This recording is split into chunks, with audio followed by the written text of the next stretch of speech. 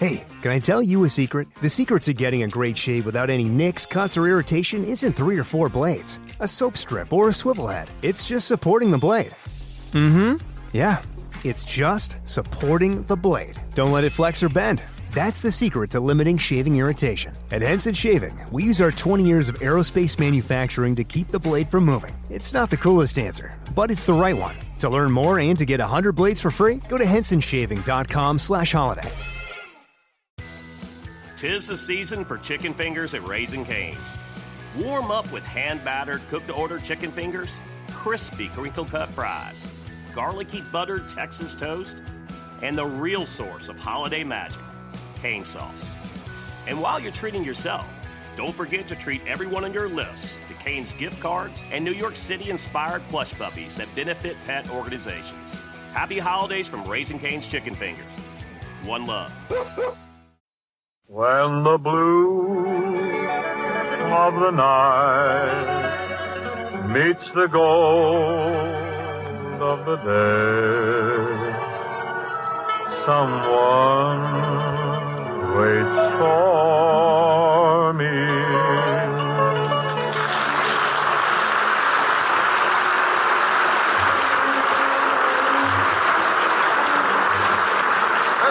Carpenter welcoming you to Philco Radio Time, produced and transcribed in Hollywood with John Scott Trotter, his chorus and orchestra, the Charioteers, Skitch Henderson, and starring Bing Crosby.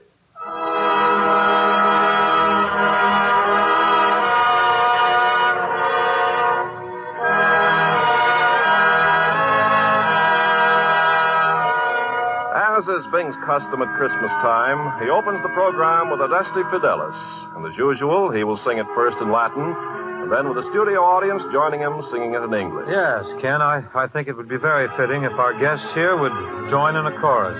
Come all ye faithful. Bing, I think it'd be nice if the home folks, the folks listening in all over the world, would join in, too. Oh, it would indeed. Gather round, folks, wherever you may be, and help us sing this eternal hymn. Adeste Fidelis, Leti triumphantes, venite in Bethlehem. Natum videte, regem angelorum, venite adoremus, venite adoremus, venite adoremus,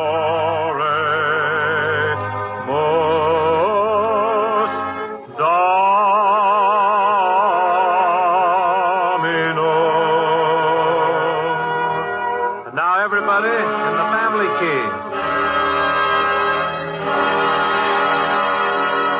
Oh,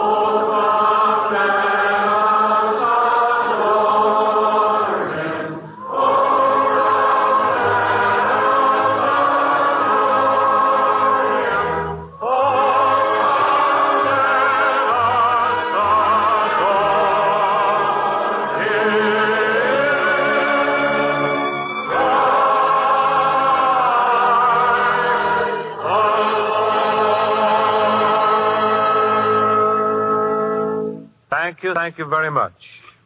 Skitch Henderson has jetted in for the holidays, and he now joins me in Mel Torme and Bob Wells' musical Christmas card, the Christmas song. Art ready, Lyle?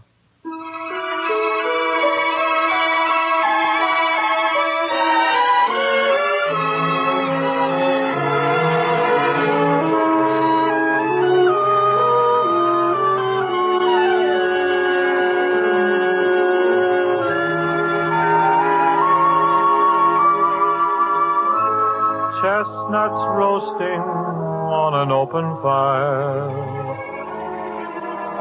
Jack Frost nipping at your nose.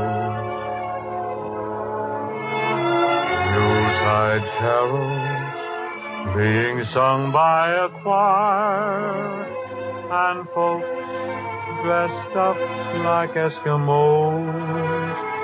Everybody knows a turkey and some mistletoe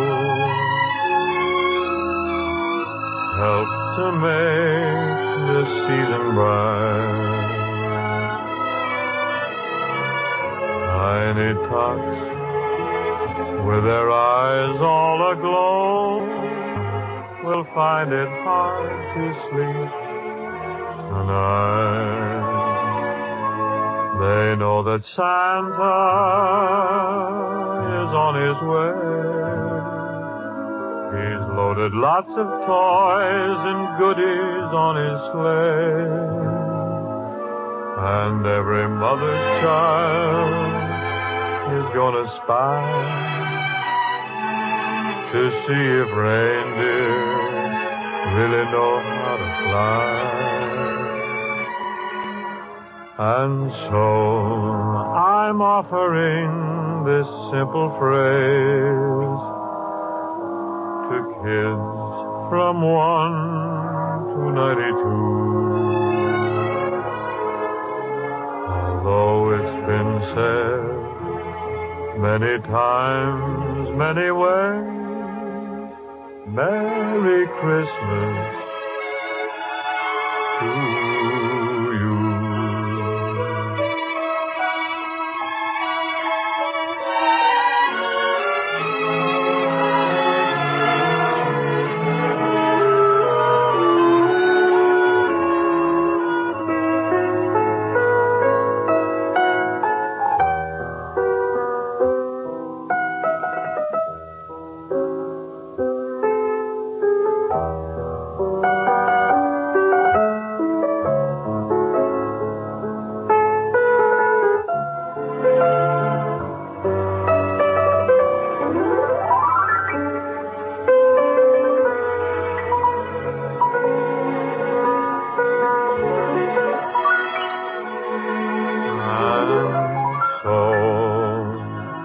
Offering this simple phrase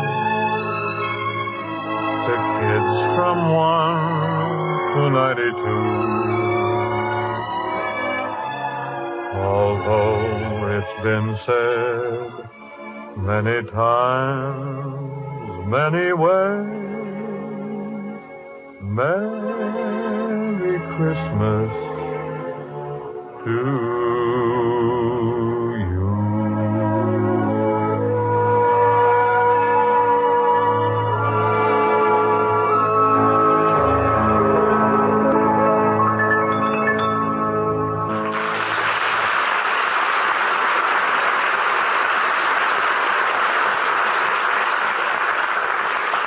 I imagine a Christmas program without jingle bells would be like Christmas without mistletoe or something. We're prepared, but not going to disappoint you because John Scott Trotter has assembled a bouncy version of this perennial favorite.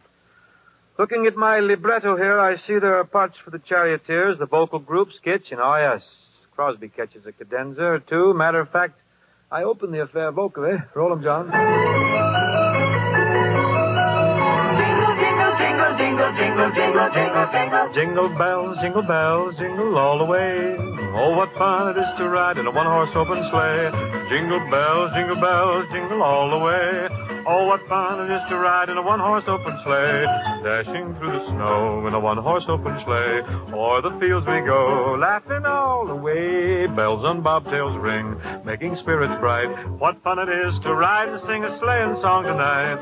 Jingle bells, jingle bells, jingle all the way. Oh, what fun it is to ride in a one-horse open sleigh. Jingle bells, jingle all the way.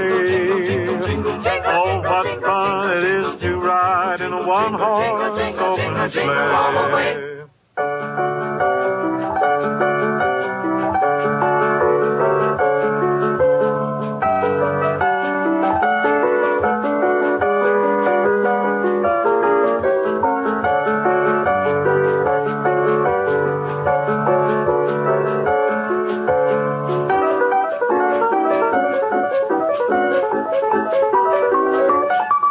jingle,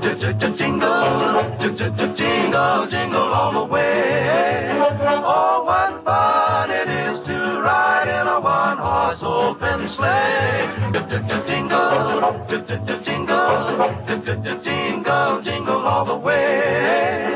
Oh, what fun it is to ride in a one-horse open sleigh. Jingle bells, jingle bells, jingle all the way. Oh, what fun it is to ride in a one-horse open sleigh. Jingle bells, jingle all the way. Oh, what fun it is to ride in a one-horse open sleigh.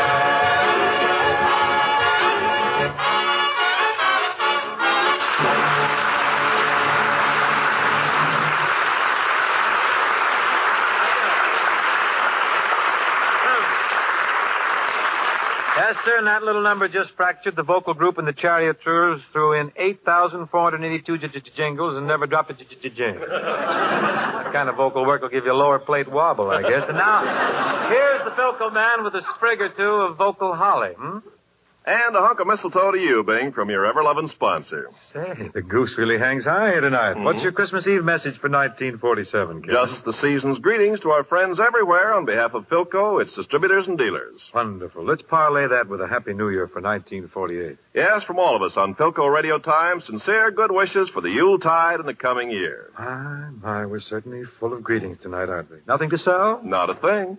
Isn't this sensational? Oh, the halcyon days are here on radio, aren't they? Jolly Noel from us all. I guess White Christmas could stand one last delivery before the season ends.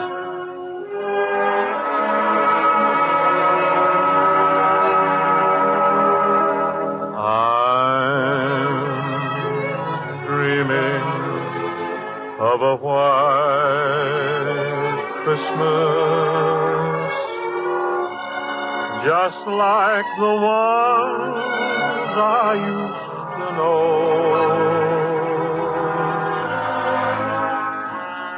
where the treetops glisten and children listen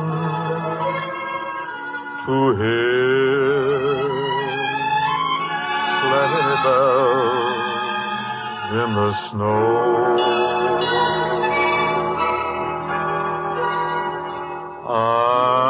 I'm dreaming of a white Christmas with every Christmas card I write.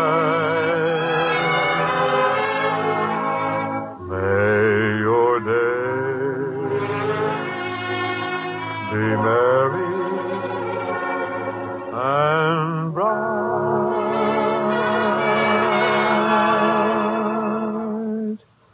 and may all your Christmases be white.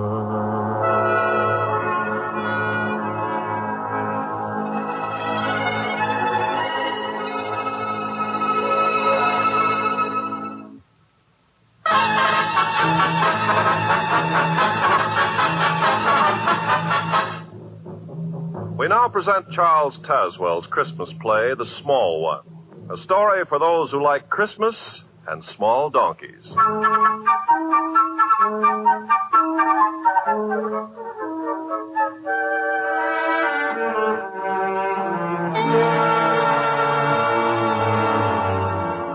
The same winter sun that dances on the winter snows up north sprawls indolently at ease in the thick white dust of El Camino del Norte, Old Mexico. A passerby, weary from the heat, has paused to rest in the cool, dripping shade of a pepper tree and has dropped off to sleep. He's suddenly awakened by the shrill voice of Pablo, aged 10, who stands with bare brown legs wide apart in the center of the road and bitterly addresses a small, discouraged, disreputable donkey. A donkey. A donkey you call yourself a stupido. Fine animal with 4 stout legs, one on each corner. A most splendid tail to shoo off the flies. And a most handsome head stuck on the front to point the way you're going. I see. And what use do you make of this excellent equipment the good God has given you? Nothing. Absolutely nothing. You're a disgrace to all the donkeys of Mexico, of all the world, of all... Pablo. See? Oh, buenos dias. I did not know that... What's all the commotion here, young man? What has the poor beast done that you should be so angry? But nothing. Well, then why are you... Then that is all he wants to do, ever. Here it is but 2 days until Christmas, when a load of wood could be sold in the village to buy gifts and a candle. But does that matter to this one? No, he cares for nothing, but nothing. Well, a donkey's a donkey, Pablo. They're all the same. But why? Why of all beasts should a donkey be so stubborn? Stubborn? Oh, no, Pablo. That's wrong. But he's always... I know. Everyone says they are. They curse them and they belabor their backs with sticks and they call them stupid, but that's because they don't know the truth about little donkeys. The truth? Yes. It's really not stubbornness, but pride that makes small donkeys so aloof. No wind, sun, rain, pain, or adversity can touch them. You see, their pride is a shield against all the discomforts man or the elements can offer. But what has a donkey to be proud of? Oh, a great deal, Pablo. Bring your small beast over here in the shade. I'll explain. Come along, Cupido. Listen. Listen, Pablo, do you hear that? Only a small donkey can make that sound with his hoofs as he walks on the stones of the road. No other beast can do it. Sit down. Sit down, my son. Si, senor. Now, as I was saying, people are all wrong about small donkeys. A very long time ago, a great honor came to one of them, an honor so great that it lifted him and all his descendants to an exalted place. A place that you or I or all the world might envy. Ever since that time, every small donkey has been content to stand and drowse in the sun or the shade. For he alone of all animals, of all men, has already fulfilled his destiny. His destiny, yes, senor? Yes. You see, once upon a time there was a small donkey. He was 14 unhappy years old, and he had worked hard and long for at least twice 14 masters. He was battered and scarred, and he presented a most distressful appearance. His tail was naught but a piece of limp rope unraveled down at the end. One of his ears stood straight up like a cactus plant, while the other hung drooping like a wilted cabbage leaf. His off hind leg had a decided stiffness. What was his name? They called him the Small One. His latest master was a woodcutter who also owned 4 younger and therefore stronger donkeys, but Small One was the special charge of the woodcutter's son. It was the boy who saw to it that Small One always had dry straw for his bed, and that the load of wood to be carried to the town was not too heavy for Small One's aging back. One day the woodcutter called his son to him. He said, Son, Yes, Father. I have a task for you to do in the town, son. A load of wood? No. I wish you to take this donkey, the one you call the Small One, to a shop just inside the town gates. I have already spoken to the owner. He will give you a piece of silver in exchange for the beast. You mean... Oh, you don't mean you're going to sell Small One? He can no longer do his share of the work. Even when carrying half the load the other donkeys carry, his worn-out legs tremble and his sides work like a bellows. But he'll be strong as the others soon. Will you wait and see? Give him a few weeks... Enough. An old donkey is of little use. One day he might drop dead on us up in the hills, a total loss. Better to take a piece of silver and say good riddance to the beast. You will start at once. You hear? Yes. Yes, Father. The shop you will take him to is the second one on the left as you pass through the gates in town. The second? But that's the tanner's. And what of that? The Small One's hide is old, but it will make good leather. But he's been faithful. He's worked hard. He's done his best. And you can't sell him to the tanners to be killed. Come now. I'll have no tears. No crying over a miserable donkey. Hurry, be off with you. And take good care not to lose that piece of silver on the way home. And so, Pablo, the small boy and the small donkey began their sorrowful journey into town. The boy was heartbroken. He cried for a while. And then he tried desperately to think of some way to save his friend. The sound of the small one's hoofs on the road seemed to say over and over again, going to the Tanners, going to the Tanners. Suddenly it came to the boy's mind that there was a horse market in the town. If he could sell Small One to some new and kind master, the little donkey would still live, and yet the father would also have his piece of silver.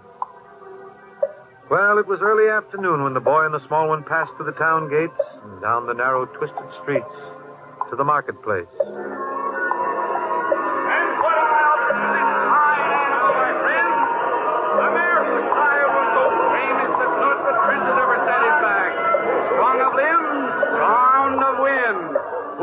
The bid at 50. 50! 50 it is!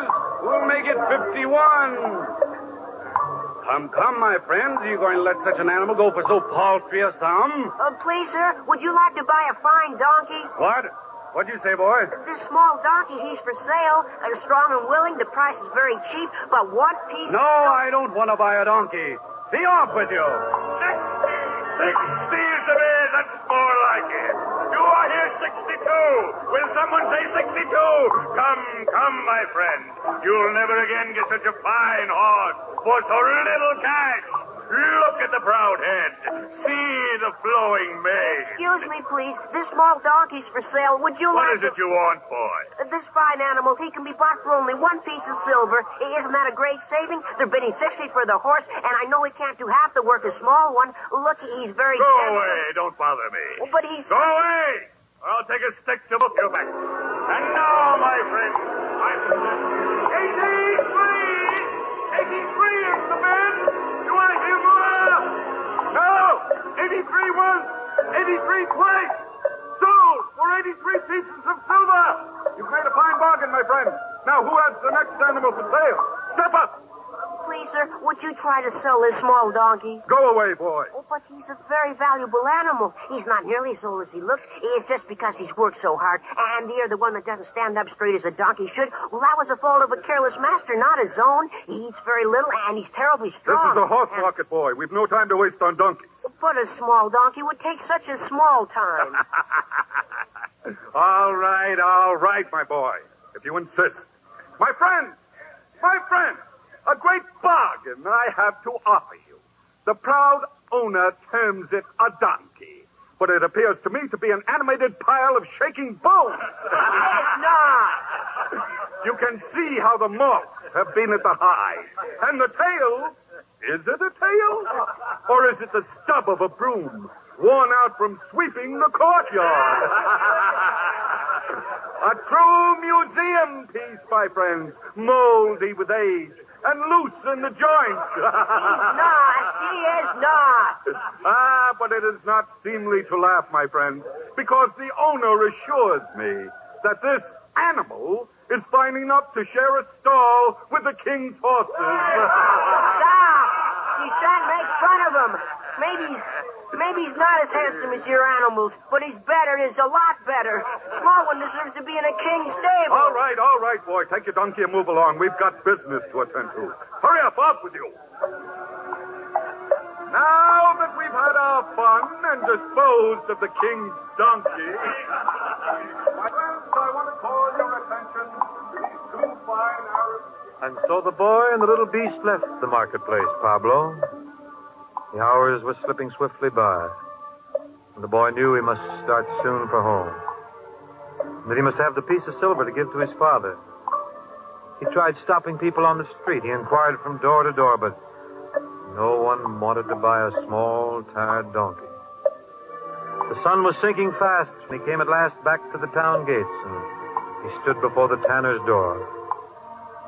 The boy's face was tear-streaked. The small one's head drooped so low that his limp ear almost touched the ground.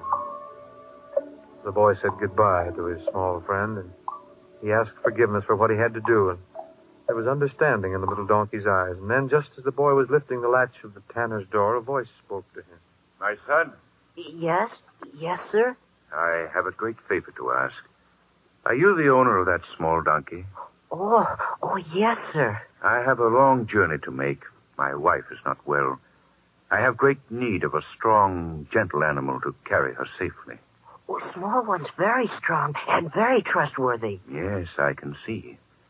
Would you sell him to me? Yes. Oh, yes, sir. But for 1 piece of silver. 1 piece of silver? Is that too much, sir? Too much? Oh, no. A very reasonable price for such a beautiful animal. He's not very beautiful, but he's good. Yes, I can see that. I'll be kind to him. I promise you that. Well, then he'll work so hard to please you. Here's your piece of silver. Come, small one. Do you mind if I come as far as the town gates? You see, the small one and Not at all. You'll want to say goodbye to him, of course. You can do that while I see my wife safely on his back. Here we are. Easy, small one. Goodbye, small one. You must be very faithful, and it isn't forever, you know. When I grow up and earn many pieces of silver, I'll buy you back, and you'll have a fine stable and nothing to do at all but sleep and eat. Won't that be nice, small one? All right, my son. We're ready to go. Wait, traveler. Yes, soldier? I must make out the record before you can pass through the town gates. Who are you? My name is Joseph. And your wife? They call her Mary. Your destination? Bethlehem. Pass. Come, small one. Goodbye, son. Goodbye. Goodbye, small one. Be gentle and sure of foot. And carry her safe to Bethlehem. So Pablo the small one traveled the many weary miles to Bethlehem. There in a stable which became a king's stable, he saw a king born. A king of men, of centuries, of life, of death. Yes, the small one's tired old eyes saw the shepherds and the wise men who came to pay homage to his small master. And he heard the voices of angels rejoicing, singing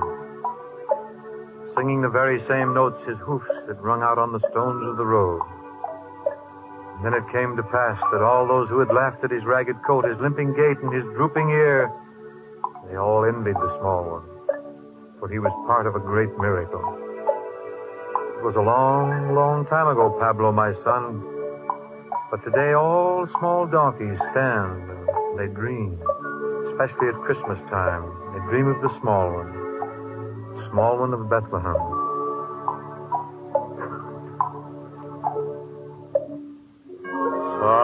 Silent night, holy night, all is calm, all is bright, round yon virgin, mother and child.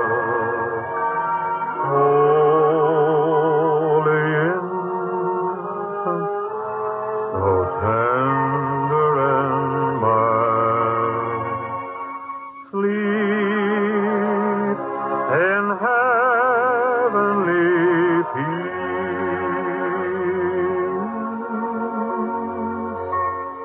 Sleep in heavenly peace.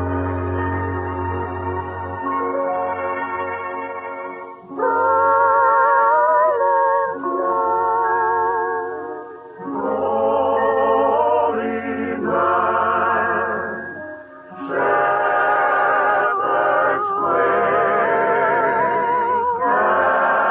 at the sign. Glories free from heaven above. Heavenly hosts sing hallelujah.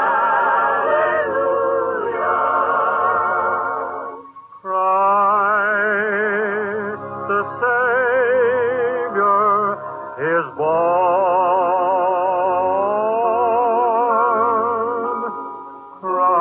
Christ the Savior is born.